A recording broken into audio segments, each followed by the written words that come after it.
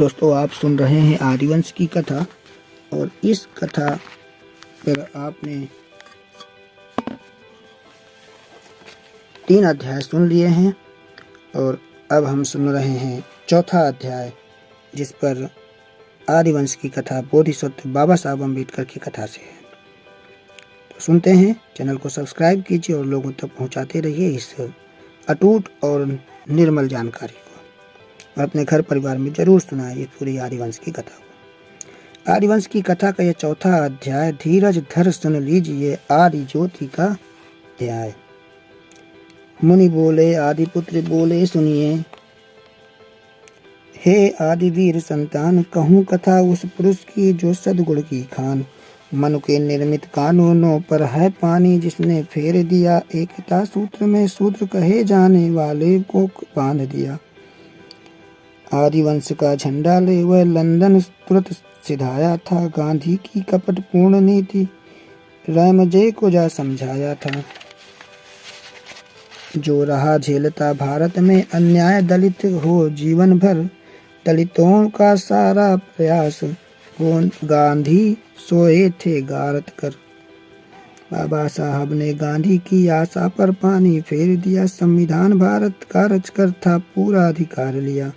अमर कहानी भीम की सब सुनिए चित्त लाए, सुने सुनाए प्रेम सो भव बंधन कट जाए। आदिपुत्र ने श्रोतागणों से कहा, कलयुग में आदिवासियों को कष्ट देने तथा नीचे गिराने के लिए चारों ओर से अधिकाधिक प्रयत्न होने लगे।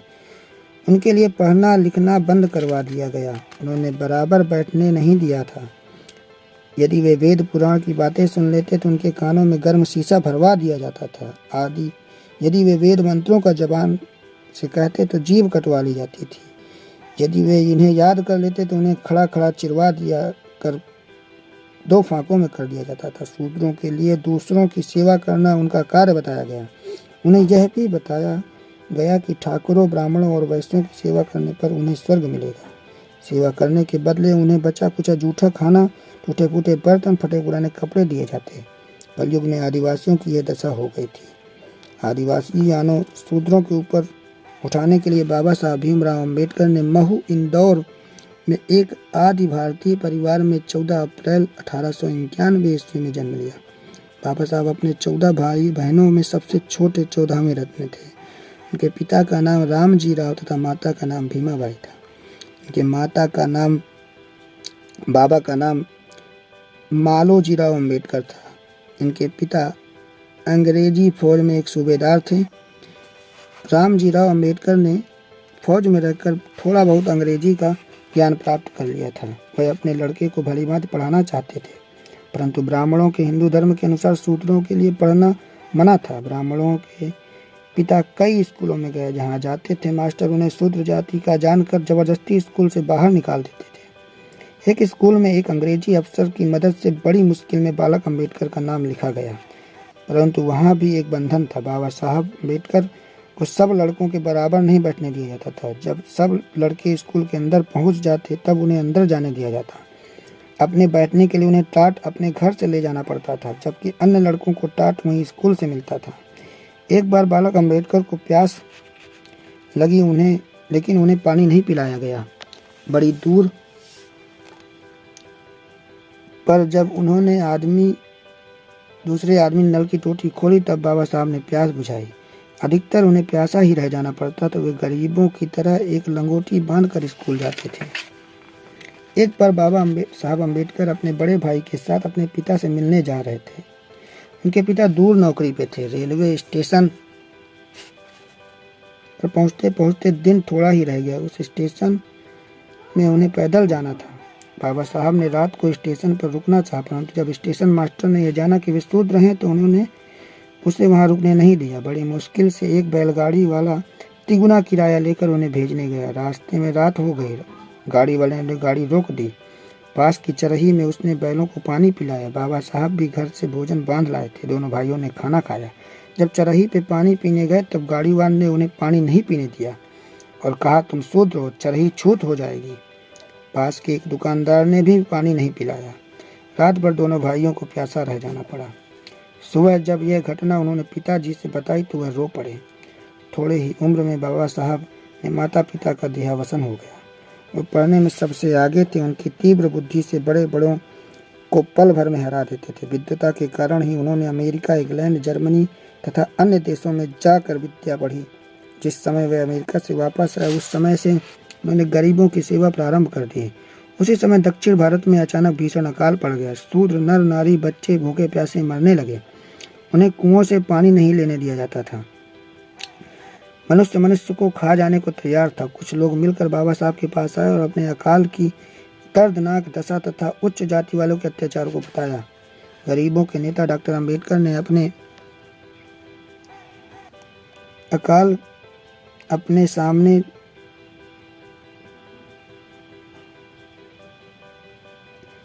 की बताया कि आपके सामने दो ही रास्ते हैं। पहला रास्ता यह कि आप यूं ही चुपचाप बैठे बैठे मौत की गोद में सो जाएं।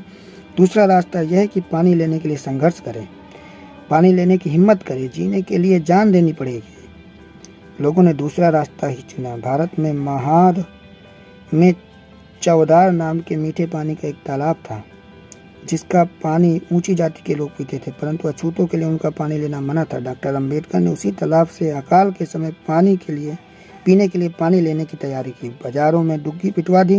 जिन्हें इंसान और बच्चे प्यारे हैं, वो अपने भाइयों को बचाने के लिए अपनी जान देना चाहते हैं, वो लोग तैयार हो जाएं। बाबा साहब की आवाज़ के ऊपर हजारों आदमी, जवान और औरतें महाद सत्याग्रह के लिए तैयार हो गए। बाबा साहब ने सब लोग अपने बाएं हाथ में बाल्टी, दाहिने हाथ में एक डंडा ले लें। आगे आगे मैं चलूंगा, पीछे पीछे आप सब लोग तीन तीन पंक्ति में चलें। ऐसे महान कार्य के लिए पहले मैं मरूंगा और बाद में यदि अवसर आए तो आप लोग। हजारों सत्याग्रही तालाब पर पहुंचे और अपनी अपनी बाल्टियां तालाब में डुबो दी। उधर सवर्ण लोगों ने तालाब से अछूतों को पानी न लेने देने के लिए काफी इंतजाम कर रखा था। पंडे और पुजारियों ने पत्थर लाठी चलाना शुरू किया, परंतु फिर भी आदि भारतीय लोग न माने। जब गोलियां चलाई गई तब अछूतों की लाशों पर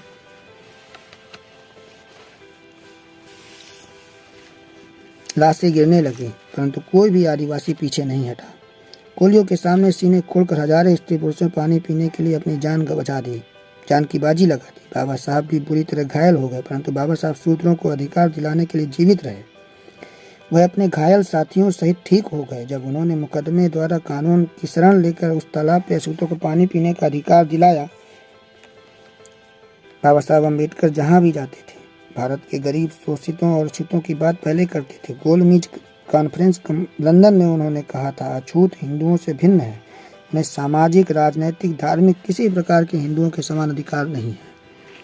वे इस प्रकार उनसे भिन्न है। उनकी संस्कृति, उनके संसार सभी हिंदुओं से भिन्न है, इसीलिए उन्हें अलग से अधिकार मिलने चाहिए। इस बात को सुनकर गांधी जी के पेट का पानी हिलने लगा। उन्होंने सोचा, हजारों वर्षों से शूद्र सेवक यदि पंजे से निकल गए तो ब्राह्मण, क्षत्रिय, वैश्य किसी भी प्रकार नहीं संभाल सकते हैं, क्योंकि इनमें किसी भी प्रकार की श्रमिक कार्य कुशलता नहीं है। इसीलिए गांधी जी ने आवरण अनशन प्रारंभ करके अछूतों के अधिकार से वंचित रखा। बाबा साहब डॉक्टर अंबेडकर महापुरुष थे। उनके हृदय में करुणा और मैत्री थी। इसलिए जब उन्होंने भारत का संविधान बनाया तो उसमें ब्राह्मण, क्षत्रिय, वैश्य, शूद्रों को सामाजिक, राजनीतिक, आर्थिक अधिकारों से समान कर दिया और कानून यह स्पष्ट कर दिया कि यदि शूद्रों के साथ छुआछूत का कोई व्यवहार करेगा तो दंड का भागी होगा। लगातार 21 साल तक सभी धर्मों का अध्ययन करने के पश्चात उन्होंने अछूतों से कहा कि तुम हिंदू तुम्हें बराबर नहीं मानते, तुम्हें नीच समझते हैं, इसलिए यह धर्म नहीं अधर्म है, इसमें शूद्रों का कल्याण नहीं। इसलिए हम सब अछूतों को बौद्ध धर्म अपना लेना चाहिए। आदिवासियों ने आदिपुत्र से पूछा, बौद्ध धर्म क्या है? आदिपुत्र बोले, बौद्ध धर्म अंधों की आंख, भूले हुओं को मार्ग, भूखों को भोजन और अज्ञानियों को ज्ञान देने वाला है। उसमें जाति पाति और छुआछूत का रोग नहीं।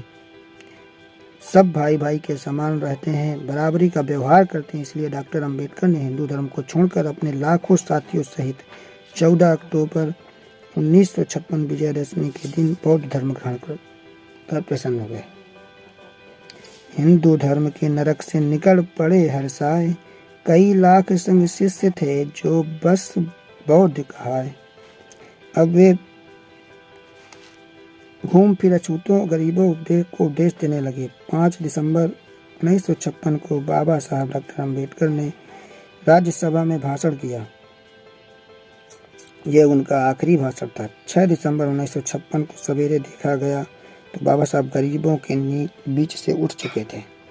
आदिपुत्र ने श्रोतागण से कहा, भाइयों, वास्तव में बाबा साहब के धर्म पर चल कर ही अछूतों का कल्याण है। अछूत यहाँ के आदिवासी है, इसीलिए यहाँ की सभी चीज़ें उनकी हैं। जाति पाति को तोड़कर शूद्रों को एकता के सूत्र में बंध जाना चाहिए। साहब के जीवन की कहानी सबको जबान पर रखनी चाहिए। अपनी जड़ जमाने और बाबा साहब को अमर रखने के लिए आपस में जय भीम कहना चाहिए। जय प्रज्ञा ज्योति की आशा है। जो इस अध्याय को ध्यानपूर्वक सुनेगा वह और अमल करेगा, उसमें ज्ञान बढ़ेगा और संतान बलवान होगी और दरिद्रता भी दूर भाग जाएगी। बाबा साहब के जीवन का रसपान आपने कर लीना, दिन दिन बल बुद्धि बढ़ेगी। अब यदि भीम नाम सुमिरन कीना, कर दिया दान निज जीवन को इन दीन बुद्धि निर्मल हित में। अब यही आपका परम धर्म, जय भीम नाम से मन चित्त में। इस प्रकार इस कथा का यह चौथा अध्याय हुआ समाप्त। सुन लीजिए अगला अध्याय।